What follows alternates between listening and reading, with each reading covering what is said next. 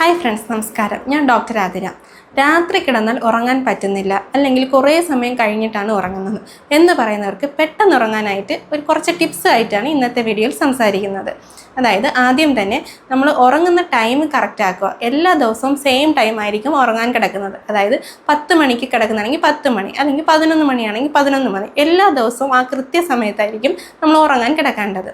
പിന്നെ രണ്ടാമത്തത്, നമ്മൾ ഉറങ്ങുന്നതിന് 1 മണിക്കൂർ മുമ്പ് നമ്മൾ ബോഡി ബാത്ത് ചെയ്യുന്നത് നല്ലതായിരിക്കും. അതായത് ദേഹം കഴുകുന്നത് നല്ലതായിരിക്കും.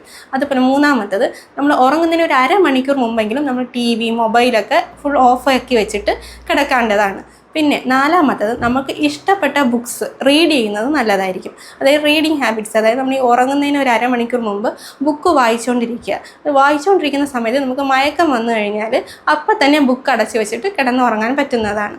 അഞ്ചാമത്തത്, നമുക്ക് ഇഷ്ടപ്പെട്ട പാട്ട് കേട്ടുകൊണ്ട് കിടന്നുറങ്ങാനായിട്ട് ശ്രമിക്കുക. അത് ഇത്തരത്തിലുള്ള കാര്യങ്ങൾ ഒരാഴ്ച കണ്ടിന്യൂസ് ആയിട്ട് ചെയ്തു കഴിഞ്ഞാൽ നമ്മുടെ സ്ലീപ്പിംഗ് പാറ്റേണിൽ വ്യത്യാസം കാണുന്നതായിരിക്കും.